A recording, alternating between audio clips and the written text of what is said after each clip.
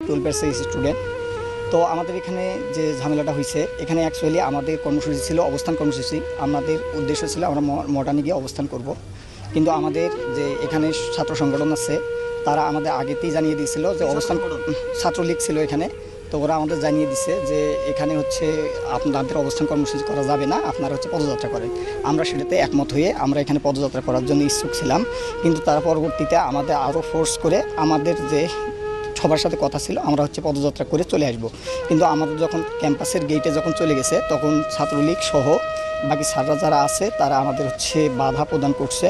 স্যাররা অ্যাকচুয়ালি যখন সামনে আছে তখন পিছন থেকে এবং তাদের যারা তৃতীয় পক্ষ ছিল তারা স্যারের উপর আক্রমণ করে সেই দায় আমাদের সাধারণ শিক্ষার্থীদের উপর চাপানোর চেষ্টা করছে। এই রকম যে আন্দোলন থাকে সেই আন্দোলনগুলোতে বরাবরই তৃতীয় পক্ষ ঢুকে এবং সাধারণ শিক্ষার্থীদের উপর দায় চাপানোর চেষ্টা করে।